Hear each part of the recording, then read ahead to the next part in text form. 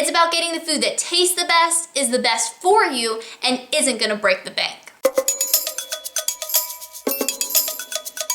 So today we're gonna be talking about why it's so important to eat seasonally. And when I talk about eating seasonally, I mean eating the foods that are available in your local area at that time of year. Because some people will be like, well, pineapples are seasonal in like the tropics. It's like, okay, well, you don't live in the tropics. Like, they're still being shipped from far away. When I talk seasonal, I'm talking about local foods, foods that are available in your climate right now. So one of the first benefits of eating seasonal local foods is better nutrition. Food that is allowed to fully ripen on the plant and then picked at the peak of freshness and then is brought to your table very quickly is going to be much higher nutrients than something that is picked a lot of times unripe and then shipped halfway across the country or halfway across the world, because one, it's not getting the time to fully ripen and get nutrients from the plant in the growing process, and then also during that transit time, it's going to be losing nutrients as well. Another benefit is going to be nutrition that is tailored to your environment. So when you eat foods that are in your local area, they are dealing with the same sort of environmental factors that you are. So a great example of this would be lycopene. Lycopene is found in red tomatoes and watermelon, and lycopene has a protective factor for your skin when it comes to the sun. So lycopene can actually help give your skin a little boost and a little bit of a protection from the sun's rays. And this is perfect because when do tomatoes and watermelon grow? They grow in the summer, in those hot months when you're really gonna have to deal with the sun and potentially getting sunburns. And you can also think of this more broadly as just what grows in the summer. The foods that grow in the summer are a little bit lighter. They're usually a lot higher in water content, and those are the kind of things that we want in the summer because it's hot. We don't really want heavy foods, and also we need that extra water because we're probably gonna be sweating a lot more. Then if you contrast that, a lot of the winter and fall kind of foods are much more hearty when you think about, your winter squashes and carrots and root vegetables and all of those things. They're exactly what we need in the winter because they are things that can hold for a long time. They'll last through those times when there isn't a lot of stuff growing, and they also are a lot heartier during those months when we really want those heartier foods. Another benefit of eating seasonally is that it will save you money. So when foods are in season, they're in abundance, and so therefore the price is usually going to be cheaper rather than something that is not in abundance because it's out of season, so there's a much smaller supply, and then also it might need special help to grow, so either heating or greenhouse or extra effort, or it might just be shipped from really far away, and that can add to the expense as well. So when you eat seasonally, you're going to be able to get the best food for the least amount of money. And speaking of better food, another benefit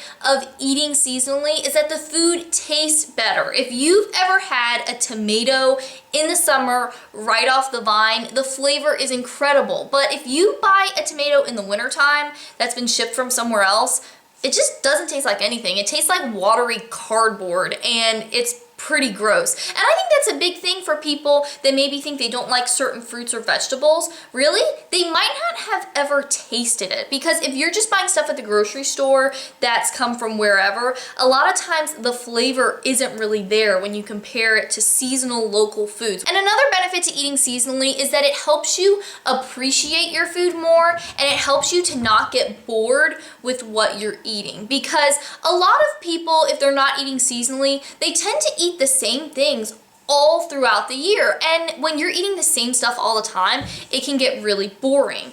But when you're eating seasonally, that is not going to happen because you're eating what's available at that time of year, and that is constantly shifting, not only in the peak of the seasons, but in those transitionary periods between seasons. And so as you start to eat seasonally, you really start to get a feel for this rhythm of what's growing when, and you really can get excited about it because, for example, we're going to talk about tomatoes again because they're all I'm thinking about because they're one of my favorite things, and I can't wait for them to get here. And that's exactly what this eating seasonally thing does. So with tomatoes, I eat so many during the summer. I mean, we're snacking on cherry tomatoes like nobody's business. I eat them as snacks, just sliced with like some salt and pepper. You know, we're making all these different dishes and salsas and recipes that have tomatoes in them, and I'm just going hard on the tomatoes. But once you start to get to the end of the summer, and I've had months of eating tomatoes and tomatoes and tomatoes, even though they're one of my favorite foods, I do start to get to a point where I'm like, okay, I'm kind of over it. I've had a lot of tomatoes, and they're not as exciting anymore as they were at the beginning of the summer when I got that first tomato. So then, once I've gotten through that season, I'm kind of over the foods that are in that season, and I'm ready for something new. So that gets me excited for the fall foods, and I start to get excited for things like apples and pears, and getting into more the root vegetables and the winter squashes and things like that. So then as you move through that fall into the winter, you're really enjoying some of those heartier foods. But once you start to get to the end of the winter, I'm in this place right now, you're getting kind of sick of it. You've been eating the same things, it's getting boring, and you want something else. And right when that starts to happen, that's when spring comes, and you start to get all these spring things, and lettuces, and asparagus, and all these things, and it's just this wonderful cycle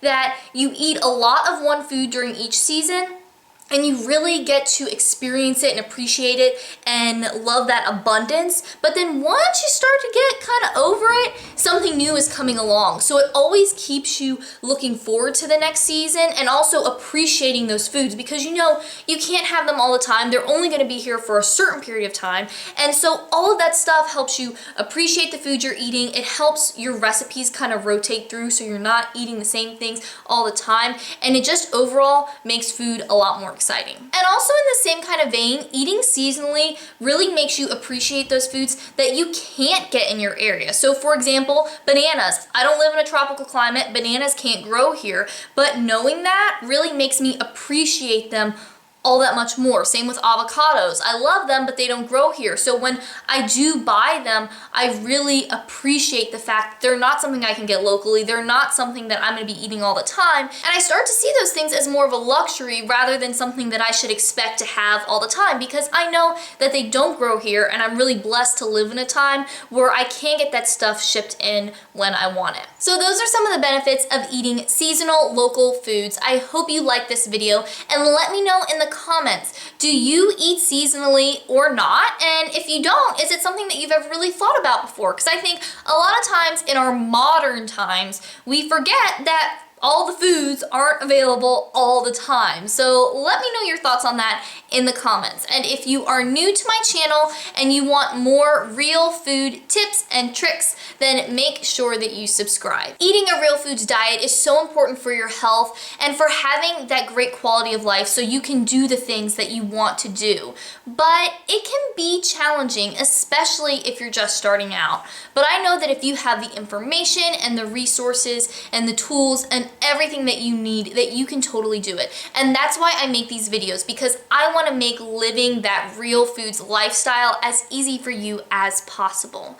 Thank you for allowing me to be a part of your real foods journey. I hope that you are having a great day, and I'll talk to you next time.